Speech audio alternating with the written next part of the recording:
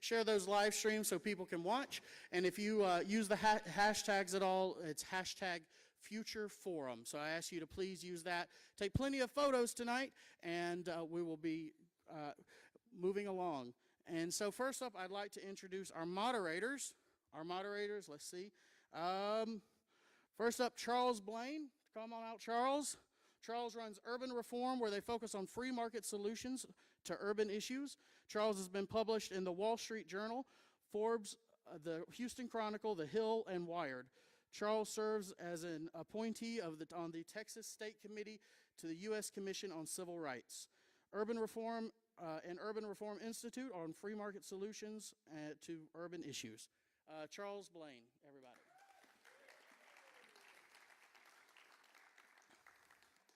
Next up is, this is his first, while Charles is very experienced moderating, being in front of a camera, this will be our next moderator's first time, so let's give him a big round of applause as he comes out. Mr. Elliott Carter is the president of the University of Houston College Republicans, hailing from South Padre Island. Elliott has spent his college career pushing conservative values on campus while pursuing his degree in finance. And the University of Houston College Republicans is a leading conservative youth organization for leadership on campus, pushing principles such as free speech, fiscal responsibility, and pro-life issues. University of Houston College Republicans, they've continuously been at the forefront of the fight to represent values that we as Republicans share today. So they will be moderating and introducing your candidates.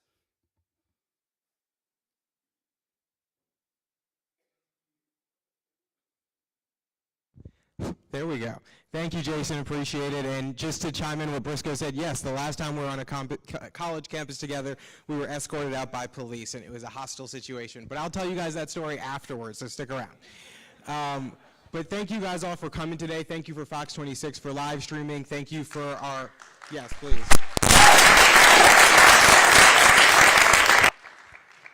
Thank you to our co-hosts of this event. We're glad to have this event today, and West Loop Conservatives, Aaron Sycon has been a part of that. Jason and obviously all of HYR and the board over there, they've carried a ton of weight with this, and obviously Elliott with University of Houston College Republicans and his board and his organization have done a lot, and so we're glad to bring this to you guys today. We appreciate you guys for joining us. Make sure you go on fox26houston.com and share their live stream, or you can go on their Facebook page, Fox26, share their live stream, or you can go on Houston Young Republicans and share that live stream. So there are a number of ways to watch it. We all know Harris County is an important county. It's an anchor of the Gulf Coast. It's a home to 4.7 million people, the largest county in this country. Largest county in this state. Some people would call it a country, but largest county in this state, third largest in the country. It is a behemoth, and it takes someone with level head, with discipline, with conservative values to lead this county forward. And so that's why we're excited to be here tonight, is to have a conversation with two of the candidates who are running in the Republican primary for Harris County Judge. We know we have a tough road to hoe. We see how Harris County has degraded over the past few years, and we know that we need to change it. And so I'm glad that everyone decided to come out today to learn more, to get involved, and to be informed when you make this decision in the next couple of weeks. So we appreciate you guys for being here. And with that, I want to turn it over to my co-host, co-moderator, Elliott, to introduce our candidates today. Thank you, Charles. So first up, we have Martina Lehman Dixon. She's a Lamont Dixon, sorry, already off to a rough start. Is a third-generation Estonian and has lived in Kingwood for 22 years. Martina has a BA in Communications from Auburn University, a post-bachelorate in Construction Management, and MA in Education from LSU. She and her husband Scott have 4 children, Cassidy, Alec, Sydney, and Ian. As an interfaith family, the Dixons are a member of St. Martha's Catholic Church in Kingwood and Lakewood Church in Houston. Currently, Martina serves on the Humble IEC School Board as board president. She has served as board vice president, board secretary, and parliamentarian. She has also served on the following committees: building and planning, finance, board and superintendent evaluation, as well as audit and advocacy. And without further ado, Martina.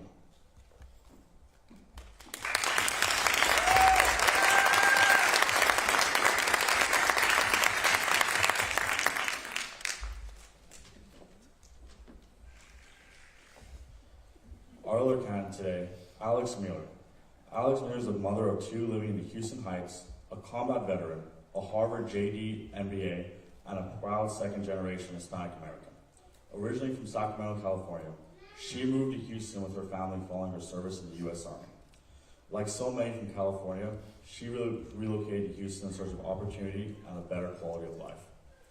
She decided to attend the United States Military Academy at West Point following the 9/11 terror attacks. Upon graduation, she served as an explosive ordnance disposal officer, also known as Army Bomb Squad. She graduated from Harvard Business School and Harvard Law School before moving to Houston to pursue a career in energy finances, where she worked on the execution of $1 billion transactions as a strategic advisor on mergers and acquisitions, as well as capital market financing for public and private companies. Without further ado, Alex.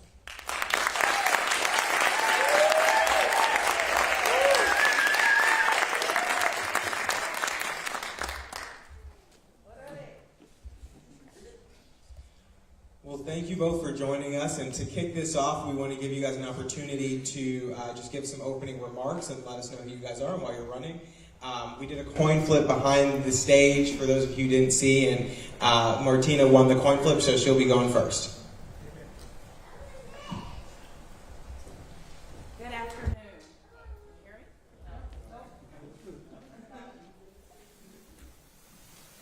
me? Testing? That better, okay. Good afternoon. I am Martina Dixon. Lamond. So yes, I am the school board president in Humble ISD, and I serve as board secretary on the Harris County Appraisal District as well. On the HCAD board, I represent the 24 school districts in Harris County. My kids, oh my gosh, one of them is here today. I'm so excited that I have one of my daughters here today. Typically they're away, college, and all different types of things. But first of all, I am running for 3 reasons. The first one is crime.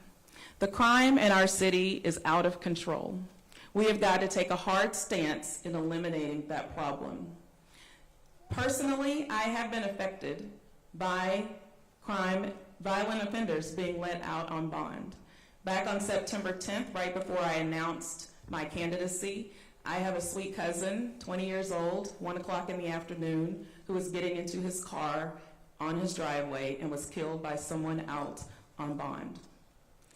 However devastating that can be for a family, it has made me want to fight even harder for the citizens of Harris County. Second issue is flooding.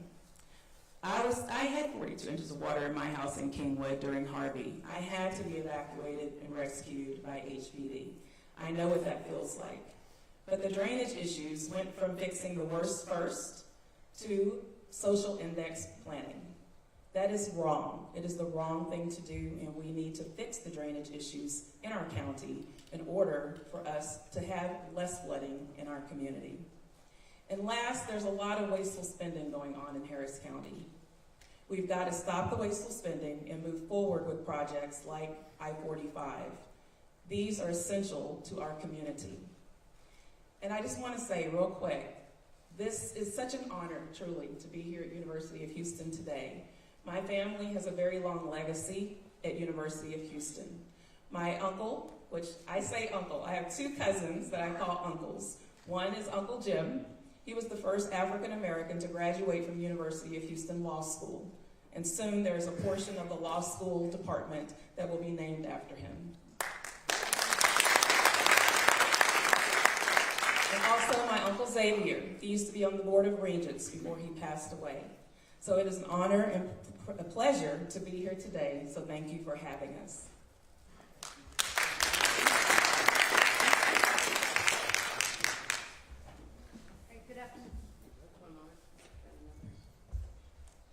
Good afternoon. So my name is Alex Mueller. By way of brief background, I am a combat vet, went to West Point, served in Afghanistan in the Army Bomb Squad, and I spent the last 6 years as an oil and gas investment banker. No family members with U of H, but I actually took a few classes at the law school when I tried to sneak out of Cambridge a few months early. So I have that little bit of a tie. But for me, when my family moved down here, it really was one of the best decisions we've ever made. And, the first few years that I lived in Harris County, I never followed county politics closely. And frankly, it's because I didn't have to. You know, for 30 years, our county was run extremely effectively. And to me, how I define that success is we had a budget that was governed by inflation and population growth, and we invested heavily in infrastructure and supported our law enforcement. I can say today, I follow county politics very closely, and because while things are under control during Ed Emmett's tenure, they most certainly are not anymore. And I regard the big flip of our county government as pretty much the greatest intrusion of civil liberties we've ever seen. I went from only seeing Ed Emmett as a force of calm during a crisis to now almost every day I'm constantly berated with county government telling me a different way that I want to live my life.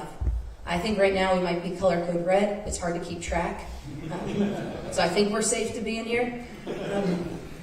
But all jokes aside, quite literally our county is circulating the drain. We were once known as the energy capital of the world and Space City, and now we make headlines for being the murder capital. And I want to change that, because while these problems are incredibly troubling, they are fixable, and hope to earn your support here today to do that. Thank you.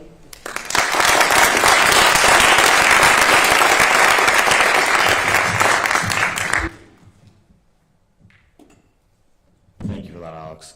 So we'll start off with Martina. A question that a lot of young people get, and just people around Harris County get, is what is the role of the county judge, considering it's not a traditional black robe judicial role? How would you describe that in your best words? I think the most important piece of being the county judge is emergency management.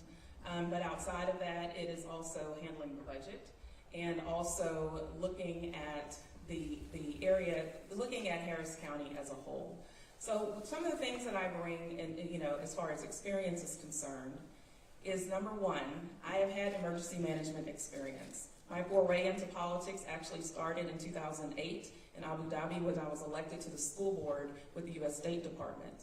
There we had to work extensively on emergency management plans in order to protect our students, the American students, from terrorist activity. Then, on the other side of that, if you look at Humble ISD, we have our own police department. We have extensive emergency management plans in place from active shooters to fights, all different types of components that we've added in regarding construction and all of those different things. When we talk about the budget, in Humble ISD, we have a $500 million budget, so I have extensive experience with budgets. Harris County Appraisal District, our budget is around $95 million. The same thing there. But, when you think about things like construction and infrastructure, having a background in construction management is quite helpful. Being on the Building and Planning Committee in Humble ISD, that's where the $575 million construction projects that have happened over the past 4 years have come from. So that is the experience that I bring in that space. But I think, overall, it is the county judge's position. When you think about the 4 commissioners who represent different precincts, it is important for the county judge to have balance and also make reasonable decisions that are best for the county at large.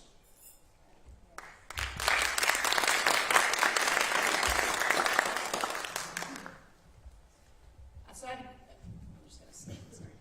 I'd agree with that description. I think an important thing to think about, just since a lot of you probably live inside the loop, is that, if you think about city politics, it's very much the strong mayor structure. So it's almost a dictator with Mayor Turner.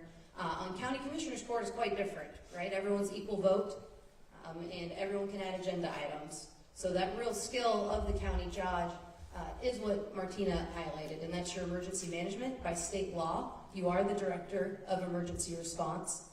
From my time in Bomb Squad, I do feel very confident that I can quite quickly and accurately make those difficult decisions. In terms of managing the budget, I think a lot of people have the ability to read finances. I think I bring a unique skill set where I have the ability to forecast. What does that mean? That means to look into the future of our financial health and say, where are we in the cycle and are we prepared? Because when I was making the decision to run, one of the most alarming things that I saw was not only during this massive period of growth, we've just had a boom economy under Trump, was we burned through all of our savings accounts. So our PIC fund, which is the county's contingency or rollover fund, is greatly drained. Our cash balance is down. And now here we are after this great economy boom, staring in the face of record unemployment and Joe Biden inflation. So I believe that I add that leadership through experience of working with companies to see where we need to be, taking that full cycle approach, and most importantly, trying to be that calm that we're all hoping to emulate that Judge Ed Evans did so well. Thank you.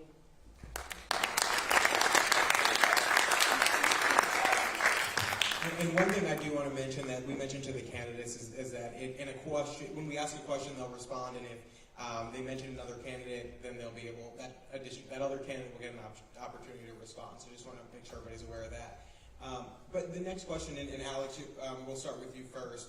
A lot of the questions that we received, there were common threads in them, some of them being that people are looking for someone who can exercise conservative values, who has bold leadership, who has a vision but is level-headed. And so I'm kind of curious, and this question will go to both of you, but Alex, you'll go first.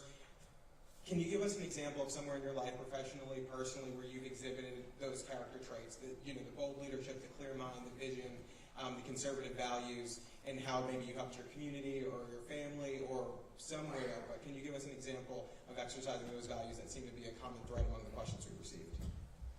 Sure. So in terms of bold leadership, during my time in the military, I had actually moved from a combat role to a very large administrative role. So depending on the month, was anywhere from 600 to 800 people.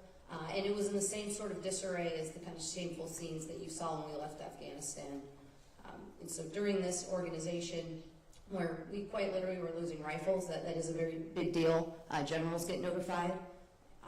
Realized very quickly that the source of all those problems, or at least a very significant cause, was my senior enlisted counterpart. This is an individual who was at that point under a year away from retirement. And the word that I was given for my leadership was essentially to be a babysitter and try to mitigate the damage. Ultimately, it got to the point where I was not able to be effective, and so had to sign a counseling statement saying, you either investigate him for a host of issues, or I'm willing to resign my command because I'm not actually in control here anymore. Thankfully, they did the investigation. It did take a 3-star general, the RC East commander, sign off, but it was a pretty tense few weeks because the way that commands work, and often this is the same thing in large government, is you're rotating so quickly, it's just better to turn a blind eye, pass the buck for another year, and that's how these problems really snowball. In terms of community, I think part of the reason I'm running is my unsuccessful efforts. For 3 years, I've been trying to get a crosswalk on Houston Avenue. So if anyone knows how to get City Public Works to actually, fund a project or develop it, I did communicate. You can't. Yes. But I've been passing along the email thread because it is quite a safety hazard, and there's a host of projects around my neighborhood that I'm pretty known for trying to get stuck on. But that's where I think actually the county was so impactful. They really were that support system that did a lot of the work that needed to be done, and now that that safety net is gone, we're seeing the chaos every day.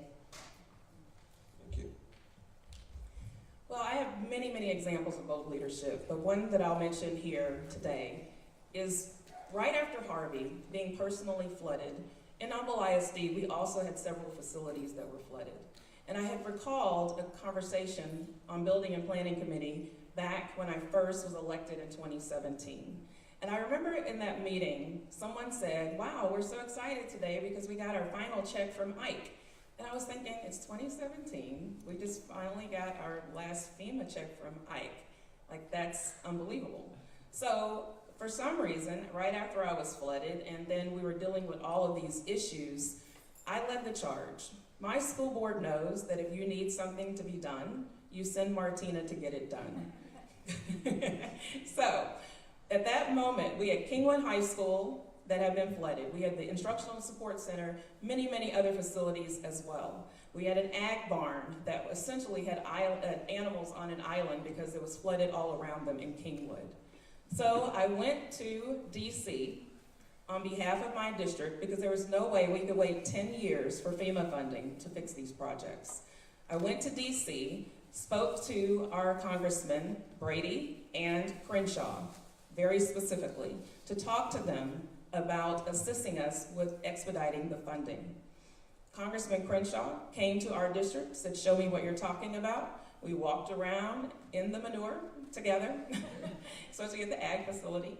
And after those conversations and after those meetings, all of these things were done. In record time, we were able to rebuild Kingwood High School in 7 months doing what was best for students, and getting our students back in school by March, spring break, right after spring break, which was pretty remarkable. Also, we had to mitigate future flooding. So we have floodgates going in right now that are part of FEMA funding at $98 million, where we're not paying out of pocket in Humble ISD. And we're about to open a new ag facility in a couple of months, probably in a month. It's almost done with the construction. All of those things were through those efforts, and I feel in that way, that is what I bring to the table. I've done this over and over. It is not something new. I have vast experience for many years in bold leadership.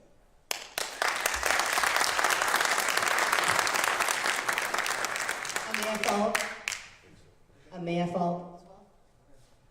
Go ahead. I would just like to say I'm pretty confident in my ability to move at a quick pace. So you've seen that in this race, but at my time in the Army, the actual standard to deploy a unit was over a year. In my early 20s as a lieutenant, early promotion to take over a company, and did it in 4 months. That meant I was writing a lot of POMs, learning how to get different pots of funding, not just OCOCA and our EOD, but I think that's a talent we both share, is how do you quickly navigate a vast bureaucracy to get the resources people need. So thank you. Thank you for that. So let's go more into the actual role that the county judge can play.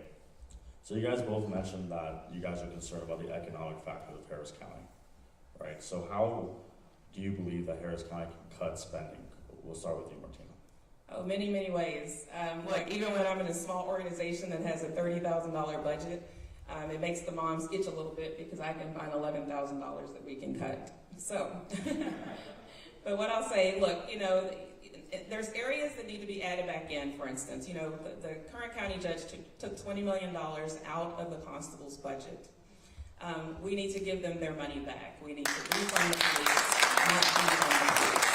So there's areas that you have in that way. But cutting spending, the social programs, I honestly believe that it is not the job of the county judge to do social programs. I'm not against helping others, but that is not where our tax dollars should be spent. So that is really first and foremost the things that we need to take care of.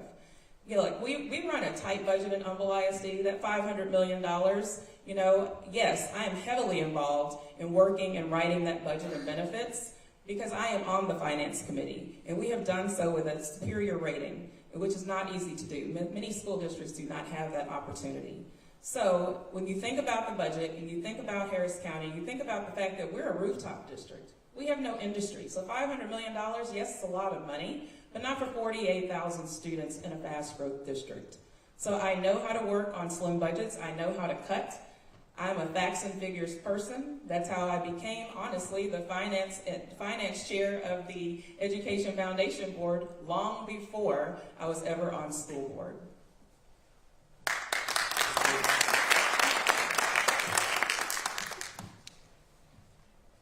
All right, so I think most of us candidates are very aligned that there's a lot of fat in the budget. I think that's something that's actually very exciting about the ability to really right the ship here.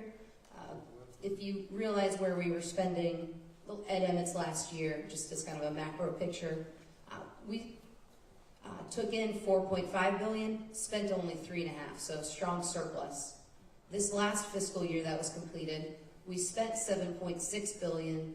We only took in $7.1 billion, so started running a deficit. And if you look at a full cycle, the 5 years prior to Ed Emmett, we ran a slight surplus. So all of that, you know, high growth, what happened? Where did it come from? Well, that growth, it wasn't from population growth. We've only grown 1% to 2%.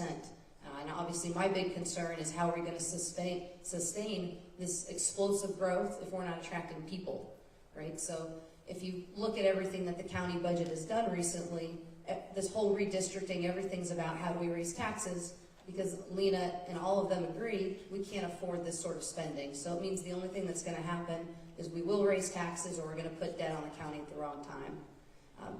To Martina's point, the expansion has been in social programs. It has not been in the things that most of us would consider core county functions. I think that's something we all share, alignment. So flood control, critically important. The amount of maintenance funding that we provide is not enough to cover it. So it's one area where you'd actually want to expend. But to even fund flood control, what did they do? They took money from the toll roads, which is infrastructure where our emphasis should be, and they put that to the trust. one of the big ways that we can actually start cutting some funding, aside from not fighting climate change at the county level, I think we can all agree that's not appropriate, is actually partnering and getting our share of federal dollars. These issues in Harris County have been left for us to fund, where again, we're taking from toll road infrastructure to solve flood control. We've got a big goose egg right now from the GLO and HUD. That's critically important to the county judge, is to use the full weight and power of your authority to get every state representative, every congressional resident on board with one goal, and that's to get outside external funding, because we have not been supported, and we are critically important to not only the state but to the country.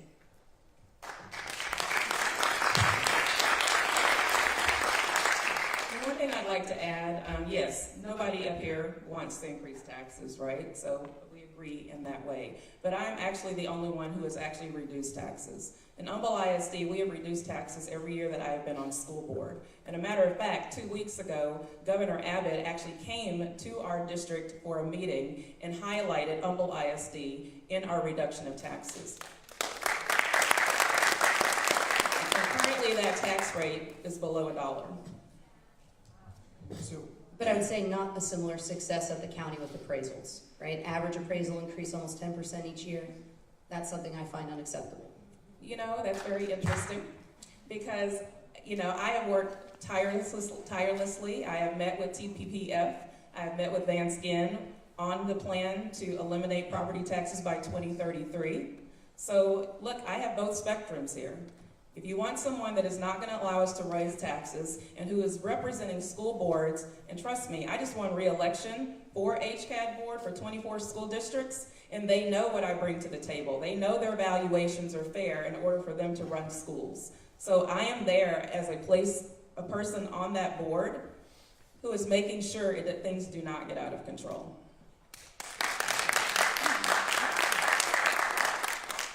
So one of the things I want to talk about is when Lina first took office, she, got a lot of credit for implementing a policy in her office that she would not take and refund any vendor contributions that she received from vendors who do work with the county. She's got a lot of other issues, but she said that one policy and she got credit for it. So I'm curious both of your thoughts on that policy, and if that's something that you would keep implemented in your office, if it's something you would remove and maybe look at something else. Just kind of generally curious about your thoughts on that policy. Whose turn is it? I'll take the mic.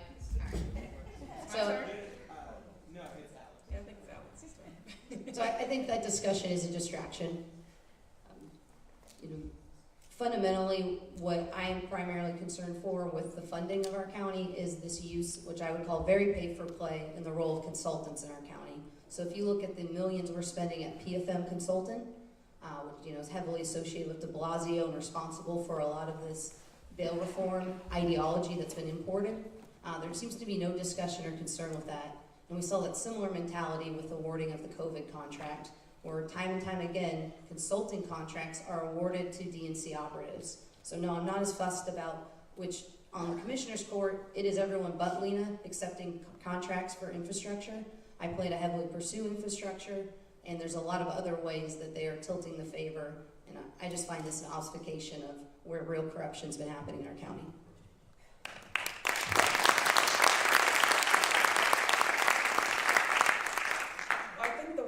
The difference for me is this. I'm okay with receiving money from people that the county does business with, but I think you have to do it with transparency. I can't speak for all of the commissioners, in this space, but me personally, I would be very transparent on any donations from vendors that work with the county up front.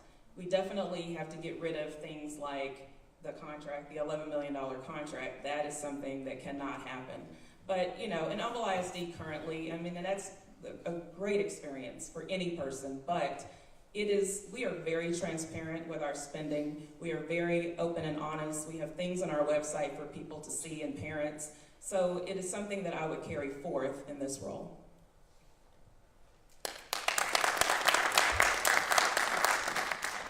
Thank you, Agnes. Keeping on the subject of Judge Hidalgo, Judge Hidalgo created a fund to prevent illegal immigrants from being deported from Harris County. What are your thoughts on that? Well, I do not believe Harris County should be a sanctuary city.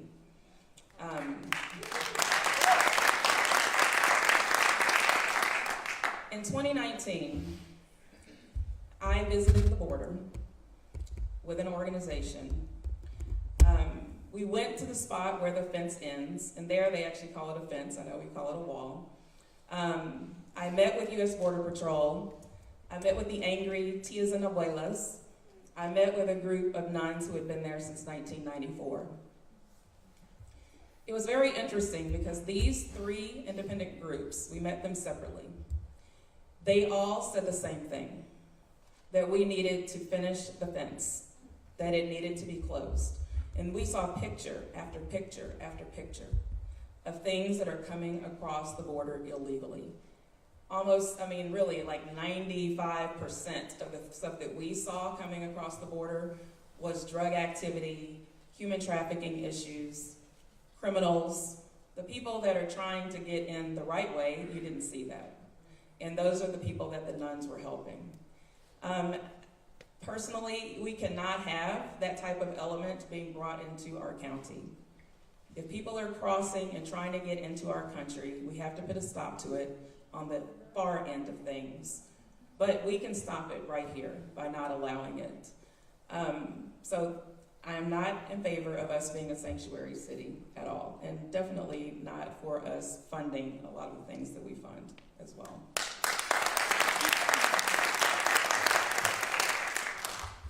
So I think we're similarly aligned on the headline issues, but that 12 million I think you cited, that's not nearly as appalling as the fact that we spent 720 million at Harris Health for what they call charities.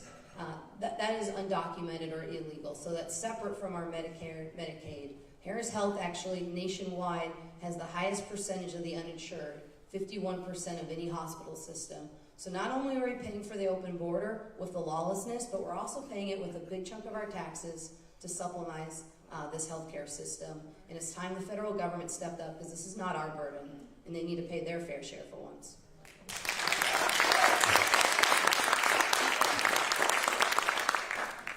So every Republican candidate will say that they are in favor of police, will say that they want to fund police more, will say that they back the blue, kind of the statements that we all hear, the slogans that we all hear. For each one of you guys, though, what does that mean? What does an administration that is actually supportive of the law enforcement in our county mean? And I guess, I mean, we got to talk about crime at some point, right? So I guess we should probably enter there, kind of get your thoughts on how that breakdown of a relationship between law enforcement and the current county judge feeds into our overarching crime issue in our county. Well, I mean, when you think about our police and supporting the blue, there's a vast number of things that you have to do. If you talk about it from the very basic level, you know, and I've sat down and talked to many officers, they're like, don't stop talking to the chief, talk to us, right? So if you talk to them on that level, they are saying, you know, we don't have basic resources. Like, we can't get ammo. We can't, one guy told me he's still waiting for his bulletproof vest, which I can't believe, you know, based on the way things are in our county right now. But from the other end, too, there's salary issues. If you think about the Sheriff's Department, they're not paid on the same level as HPD. A large percentage of their force are eligible for retirement. I think about 1,500 of them. Thank God they haven't retired in this climate, because they probably would like to. But thankfully, they have our best interests at heart, and they're trying to hang in there. It's all of those different things. It's succession planning. What can you do to build? So when I think of that, I think of what are the solutions to those problems. In Humble ISD, we have a police department. One of the things that was happening with our police department is we were losing them to the Harris County Sheriff's Department. So we really worked hard in the Finance Committee to chunk those salaries so that they're now competitive with the Sheriff's Department. And we're not losing officers anymore. So even bringing that mindset to say, okay, we don't want to lose people, so what can we do? Also, if you think about succession planning, in Humble ISD, we have broadened so many different areas. We want our students to be equipped when they enter the world. A lot of them, yes, they're going to go to college. We have a large group of students that do that. But we also have programs for students to become pharmacy tech to be doing all of these different things. Cosmetology, we have grown this program by leaps and bounds, probably more so than any other school district. One thought that I think of is why not also add a law enforcement component? So those students, when they're coming out of school, they can move into that space as well. We have great training in our district, so other districts can do the same thing. And someone like me that brings experience with partnerships, that's a very important component as well. Currently, the county judge does not want to partner with Crime Stoppers. She doesn't want to partner with these different groups. She wants to get rid of the constables, which are very important to a lot of our communities. I know in our district they are. But you know, Humble ISD, we have to partner too. That district, our district is made up of Kingwood, Atascocita, and the city of Humble. One is HPD, one is the city of Humble Police, and in the middle you have unincorporated Harris County. We have to partner with all of those entities to make things work, and we work very well. We have a seamless program, seamless systems in place, and we are the leader in that aspect. So I would take that experience and take it forward into Harris County.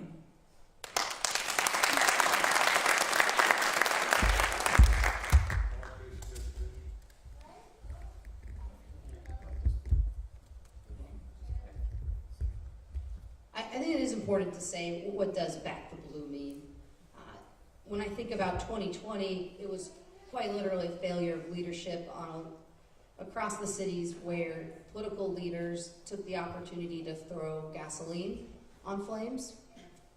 We saw that unfortunately in Atlanta, where you had a mayor very quick to rush to judgment and a poor innocent child pay for that.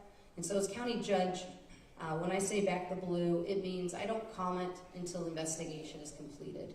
You have to have the facts and information. So it doesn't mean tacit support. It's quite the opposite. It means make an informed decision. That's what I thought was lacking so much during this summer when, you know, quite literally cities were on fire.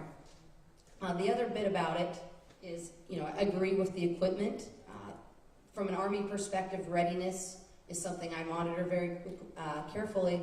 And if you hear about the maintenance levels of our vehicles, our constables do not have a well-maintained fleet. They're quite literally walking the parking lot with a jar of keys. You know, that's something that also keeps me up at night in terms of what does getting us to healthy look like when we say fully fund, because all these groups have been so critically starved of resources.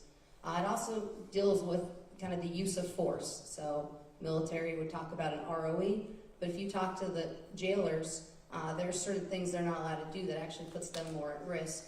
And so just making sure that it's not only the political environment, but they have the resources to do the job.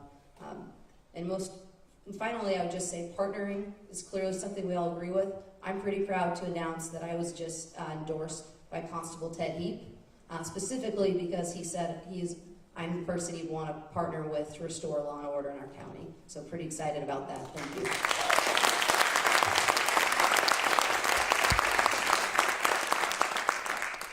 One thing, you know, when we talk about even fleets, I agree. The fleet of vehicles and things like that on the county basis are not where they need to be. But again, these are things I already have experience doing. We have one of the best fleets in Humble ISD to handle all types of situations, to evacuate students. All of those different components are already in place. I already have vast experience doing those things. And as far as partnerships are concerned, yes, it's very important to have law enforcement partnerships, but it expands beyond that as well. You know, for the last 2.5 years, I've worked very closely. There are actually 33 cities in Harris County. There's not one mayor, so there's 33 mayors. And I've worked very closely with all 33 of those mayors and the Harris County Mayors and Councils Association all of that time. We have very good relationships. You know, I've been to Morgan's Point with 300 residents in our county and met with Mayor Bechtel and all of those things about the issues that they see. This county is vast. It's going to take experience, someone who has done these things on the forefront, especially when we're dealing with crime. And I'm ready to take a hard stance on day one.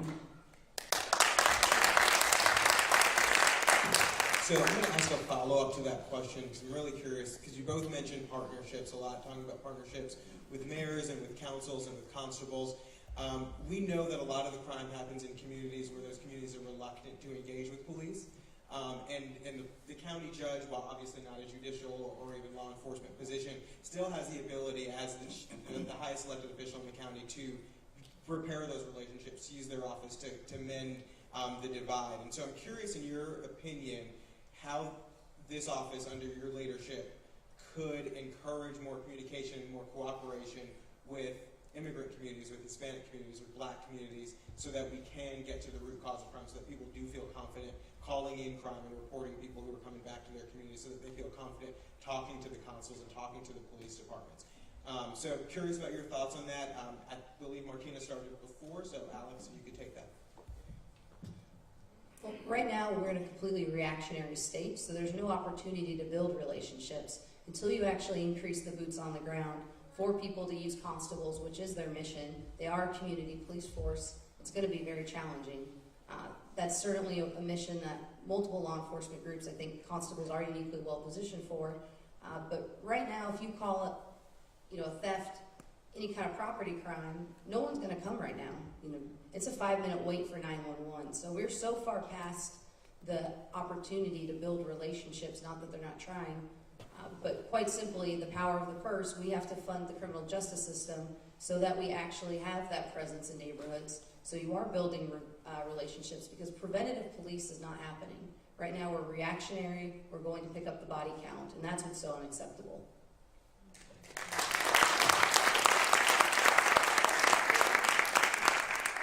I do think you have to take a proactive approach. And one thing I can say, we do this already in Humble ISD. The goal is, when you're going in those communities, just like we do in our 6 high schools and our middle schools and our elementary schools, it is about visibility. I had literally just had this conversation with our police chief like a week ago. One of the reasons that our students are okay with these officers and they're trusting them is because they are visible in those areas. And I think that is what you have to do. I do think it is possible to do it now. You have to be proactive. We have to move forward on these things. And this is experience that I already bring. iHelp. I know you don't know what iHelp is unless you live in Humble ISD, but that is another component. iHelp is an app that we created, I believe my first year on the board. And that is an anonymous tip line. And it's very helpful. It is for suicides. We have prevented a lot of suicides, and our parents are quite thankful for that. We look at every single aspect in order to protect our students. You have to think about that when you are running a county, when you're talking about law enforcement. There are so many different things, and honestly, these are ideas that I could sit down and talk to law enforcement officials about, because we have been very successful over time doing this in our district. That app is one way for someone to say something is happening. I don't really want to rat on my neighbor, because that happens in those communities. But here's an opportunity where you can say something and it can be checked out. But then when that officer shows up, since they've been visible in the community and people do know them, they're not just riled up and defensive. And I think that's one of the many, many steps that we can take to move forward in Harris County.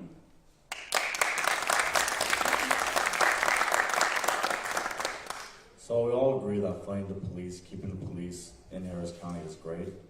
What do you plan to do once those police actually catch criminals? How do you plan to keep criminals behind bars? What policies would you like to implement or get away with under Lina Hidalgo's administration? Well, right now we do seem to have a catch and release program. I mentioned earlier about my cousin who's 20 years old, and that person had been out on bond, and then that person was out again on bond before the funeral. Thankfully, Joan Huffman has done a lot of work on the legislative side to crack down on some of that. But we definitely have to move forward and talk to our legislators about cracking down and putting more teeth into the bill going forward. So hopefully that next legislative session that will happen. Look, when you think about bail reform, because that's where this all really started in my opinion. With bail reform, no one wants a single mom who wrote bad checks to be locked up in jail and can't get out to help her kids just because she can't pay bond. But we cannot take a blanket approach to allowing people out on bond. Violent criminals have to stay behind bars. There is no other answer. There is no other answer to that. They have to stay behind bars. Because if not, what are they going to do? They're going to kill again. I mean, or they're going to do another violent act. There are stories after stories after stories that I have heard. You know, even at the Crime Stoppers Gala, my goodness, the young man who, you know, the gentleman who lost his son leaving an Astros game, you know, and then finding out that that person had a rap sheet and had been out on bond. We have to stop those things. So we have got to refund our constables. We've got to give our law enforcement officials the resources they need in order to be successful in keeping our communities safe. In Humble ISD, our #1 priority always on goals, budget, everything, it comes off the top, is our personal safety, our public safety, the safety of our schools. If we're not safe, we can't teach children, and there's 48,000 of them. They have to feel safe. That's the foundation. How can our society in Harris County flourish if we do not feel safe? So we've got to fix that problem. It is #1. It's the first thing on the budget. It has to be the top priority.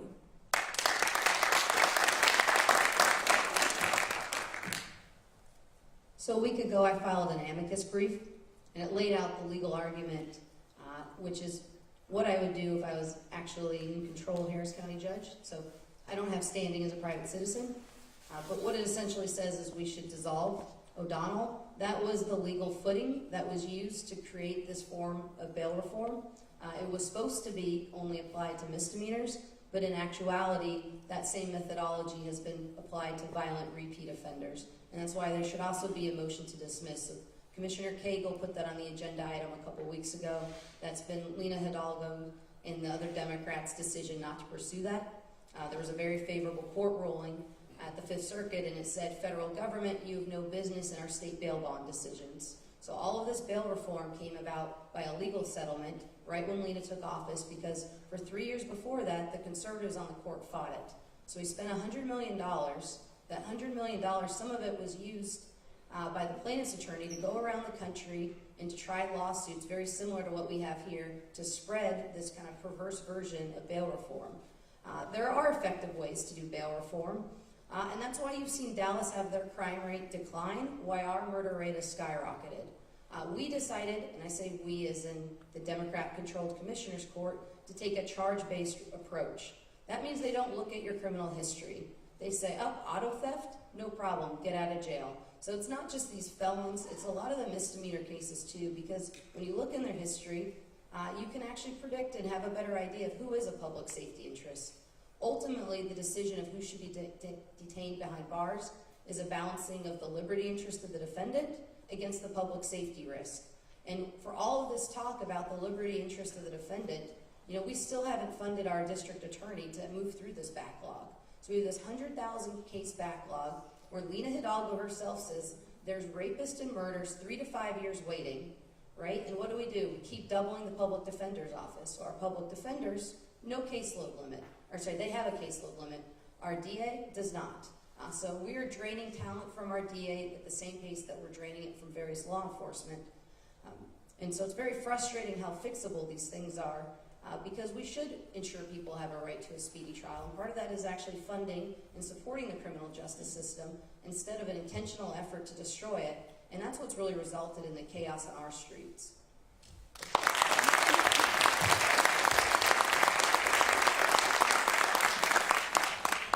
So flooding is an ever-present issue in Harris County, and I think we've gotten lucky under this term that it hasn't been as bad as it could have been. But we won't be lucky forever. And so could you guys give us a general approach to how you would deal with flood mitigation under your administration that's different than what we're seeing today and in recent years? All right, I get to be first up once. All right. So I think as same way as a candidate, as an elected official, it's time and money. Those are your key resources. Very successful flood bond. We passed $2.5 billion of our taxpayer money, still had a $2.5 billion shortfall. At this point today, all projects have been initiated, but we're still in the hole $1 billion. What you've not seen from Lina Hidalgo is put her time and priority behind trying to partner with those agencies. So they did create a task force, but it barely meets. First thing that I would do is different is actually establish a task force with technical experts, because I'm not an engineer, but I do know how to lead and manage. And if something's your priority, then my butt needs to be in the chair there and be meeting with these officials every week. And in support of that, which we referenced earlier, is actually putting together a delegation from everyone in the state, in terms of our state senators, some that are here, as well as our congressional reps, and have a very clear ask. So the technical task force says, these are the projects we want to support, and these are the legislative asks. Now you guys go out and do your job, and I'd be the first to give them a pat on the back if they can bring in some money for us.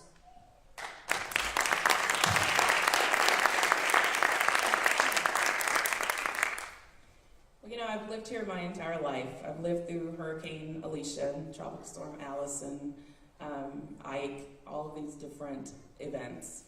They were always managed very well with Ed Emmett at the helm. I think one thing that you said, that thankfully we haven't had one of these major events with the current administration, is key, because I would be quite frightened about what can happen. But when you think about the partnerships, again, it's about partnering. You know, at TransStar, probably, I don't know how many years ago now, I think it was probably about 8 years ago, I spent half a day at TransStar with Judge Emmett, not even thinking about being county judge. So one of the things that I learned that day is you have to have the decision makers sitting in the seats at TransStar making the decisions as it happens.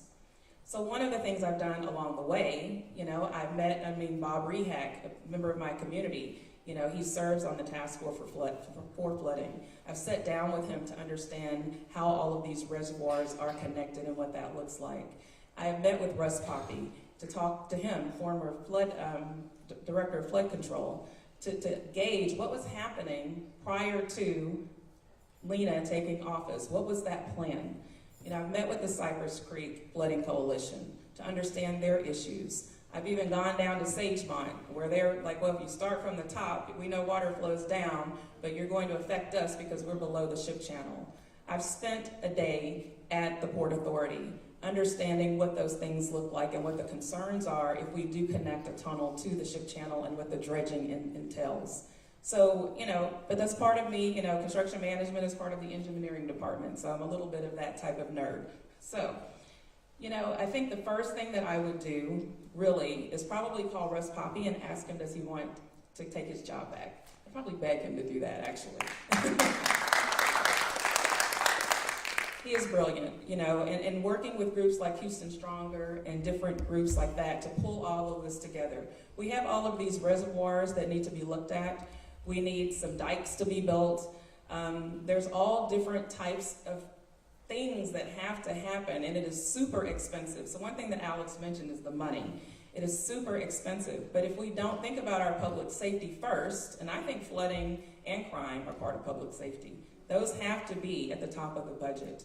You know, so my goal really, and you know, some people say it can't be done, but the more I've talked to these people who are experts in this area, they say it can be done, is to build the tunnel. The tunnel that pours out into the Gulf. I think it is the only way to truly protect our city going forward. I'd just like to say I'm obviously very supportive of the tunnel. It's $5 to $6 billion, and we will be on the hook for 25 to 50% of that cost. And so that's why it's so critical that we do build those delegations and support, because we simply cannot fund this ourselves. Besides flooding mitigation, what other infrastructural needs do you believe Harris County needs, and what current plans for infrastructure do you believe that Harris County should be focusing on? Martina, go first, please. Okay. Well, the number one, you know, the elephant in the room is I-45. We have to move forward with that project. You know, I've sat down even with the person that led that project and worked on the design, the lead for all of that entire process over the last, 15, it's really a 30-year idea, but 15 years really in the works. It's unfortunate to me that some politicians are making it political. You know, they go into communities and rile people up and they say, you know, widening and fixing 45 is racist. that's really disheartening to me. Being someone who has grown up in this community, has driven 45 my entire life since I started driving as a 16-year-old. You know, and I've met with some people in Acres Home who dealt with this years and years and years ago. And the question for me to them was, you know, did you feel it was racist? And they're like, no, I didn't think it was racist. So, well, tell me what made you okay with this decision. And they said, well, you know, people came to talk to us, and they talked to us and told us that they were going to make us whole. And one lady, an elderly lady, said, well, and also, you know, I ended up with a nicer home than I had before. They actually made me whole, and I actually like my new house better than I like the old one, and it's in the same neighborhood. You know, I think it takes those type of conversations, and that's the kind of person I am anyway. In Humble ISD, I'm considered the approachable board member. People come to me all the time. You have to go into those communities and not rile them up and get them fired up that, oh, here we go, we're taking a highway through your neighborhood. You know, I-45 is where it is.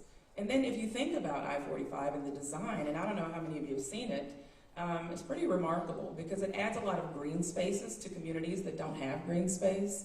It actually includes in the funding, so we talked about the funding that Alex mentioned. Actually, we would have, you know, lower amounts that we're responsible for even in this space. So it helps the budget quite a bit because that is being funded by TxDOT, and it has a lot of drainage built into the project.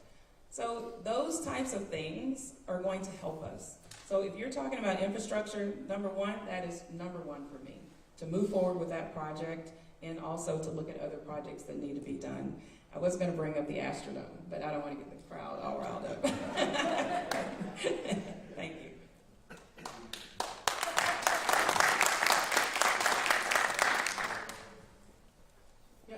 I think the biggest issue with that funding, so $9 billion from TxDOT, that's been decades in the work, was just my personal disappointment in the way that it was handled. So if we're the county executive, we are the action arm, we are the executive arm of the state.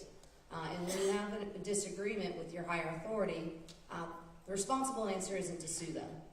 And that's what our county did, is we went very quickly from trying to negotiate and make it a plan that worked for our community to just taking a very absolutist, this was about people over cars. In the lawsuit, they did allege environmental concerns as well as civil rights. It is paused now. But for me, that was the biggest failure, was just this idea that they didn't even fight to try to improve the plan. They immediately went to the nuclear option. And to me, that's a childish approach to lose out on funding that's more than our entire budget for a year without trying to adequately work. And how do we get that funding in a way that's beneficial? I just want to say, I have a lot of construction experience. I mean, currently in Humble ISD, we have at least 13 projects going on right now.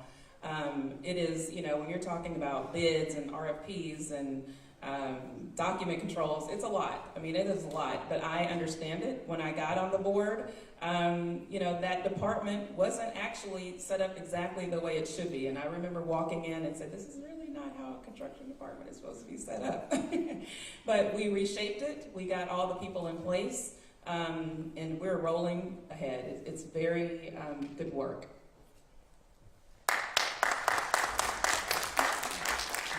And with that, Jason Vaughn, president of Houston Young Republicans, is going to come and introduce our other moderator to ask some questions that we've collected from the audience. Thank you very much.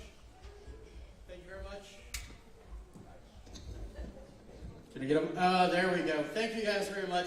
Now we're going to have some questions from the audience. Just a reminder, if your question does not get asked, our candidates will be around afterwards. And speaking of, we have several other guests of honor here today that are either elected officials or running for office. If you could please stand.